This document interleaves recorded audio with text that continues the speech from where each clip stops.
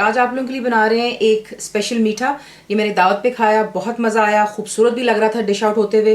तो इसका नाम तो कुछ खास नहीं, सिर्फ स्पेशल खीर ही कहा था उन्होंने। तो जो जिस तरीके से बनी, आपको चाहिए इसके लिए कंडेंस्ड मिल्क।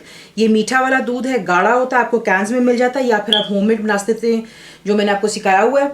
बीच में जाएंगे इसमें रसगुल्ले जाएंगे, और चावल आपको चाहिए होंगे। अच्छी तरह वॉश कर लें। तकरीबन 2 घंटे के लिए आपने चावलों को पानी में भिगो कर रखना है। यहाँ पर आप देख लें, ये खोया है, ये रिकॉटा चीज़ से बना हुआ है। इसका भी लिंक आपको वीडियो पे दे दिया जाएगा।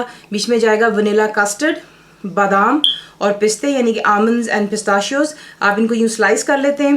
बीच में जाएगा केवड़ा वाटर, एक एसेंस होता है, ये आपको इजीली सुपर स्टोर्स या एशियन शॉप से मिल जाता है। दूध आपको चाहिए, 2 दफ़ा दूध का इस्तेमाल होगा, आप देखेंगे क्यों।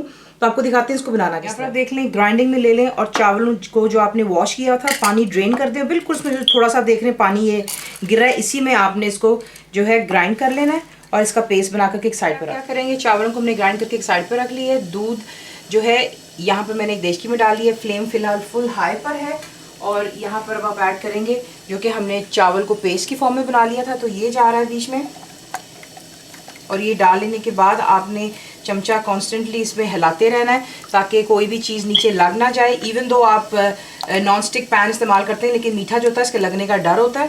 तो चावल चला गया बीच में, कंडेंस्ड मिल्क यहीं पे जाएगा,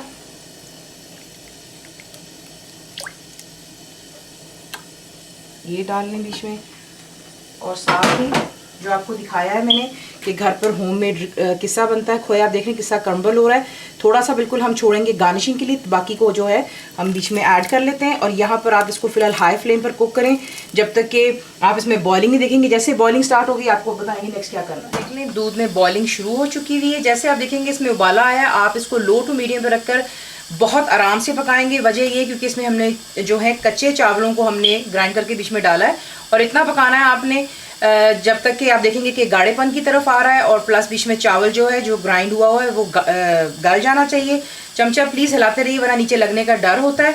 और जो आप ये देख रहे हैं, ये सिलिकॉन के आजकल काफ़ी चीज़ें आई हुई हैं। आप जब बेक भी करते हैं केक वगैरह तो वो भी सिलिकॉन का होता है, तो इसमें कोई इशू नहीं है। आप सिलिकॉन के यहाँ पर आराम से इस्तेमाल कर सकते हैं, सालन बना रहे हो या मीठा, तो ये बहुत इजी होता है इसको इस्तेमाल करना। चमचा हिलाते रहें और लो टू मीडियम पर रखें, तब तक पकाएं तो ये थोड़ा से गाढ़ेपन की तरफ आ जाए। वो आहिस्ता आहिस्ता पक रहा है। आपने क्या करना है, आपको दिखाया था दूध जो जग में, उसमें आप डालते हैं जो ये कस्टर्ड है, डाल करके इसको अच्छी तरह मिक्स कर लें। मैं वनीला इस्तेमाल कर रही हूँ यहाँ पर, और मेक श्योर कीजिए इसमें कोई लम्स ना हो। देख लें, इसको पकते हुए अच्छा खासा टाइम हो रहा है यहाँ पर, और मैंने इसको लो टू मीडियम पे रखकर आराम से पका रही हूँ। और देख रही हैं ये गाढ़ेपन की तरफ इसकी कंसिस्टेंसी आ रही है।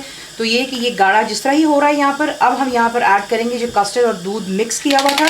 अच्छी तरह इसको मिक्स कर लें और बीच में ऐड कर कर आपने जो है यहाँ पर इसको मीडियम फ्लेम पर ला करके अब इतना पकाना है कि ये गाढ़ेपन की तरफ आ। कंसिस्टेंसी आप देख रहे हैं इसकी कितने गाढ़ेपन की तरफ आ चुका है। देखिए जब ये ठंडा होता है ये और भी गाढ़ा होता है, इसका ख्याल रखते हुए इसको बनाइएगा। लेकिन अगर आपको बहुत ज़्यादा गाढ़ा पसंद हो देन दैट्स योर चॉइस। हमारे घर ज़्यादा गाढ़ा नहीं पसंद किया जाता। तो ये देख लें, आप इसको देख रहे हैं कि जब मैं इसको यूँ नीचे चमचे से गिरता है तो आपको नज़र आ ही रहा है कि ये अभी और जमेगा। जैसे ठंडा होगा नीचे यहाँ पर आप कर देते हैं चूल्हे को बंद, और इस पर अब आप डालेंगे जो है आपका केवड़ा वाटर। इसको मिक्स कर लें और आपको दिखाते हैं इसको डिश आउट के साथ। जाने के बाद जो है आप गरम गरम बीच में जो है यूँ गुलाब जामुन ऐड करते हैं।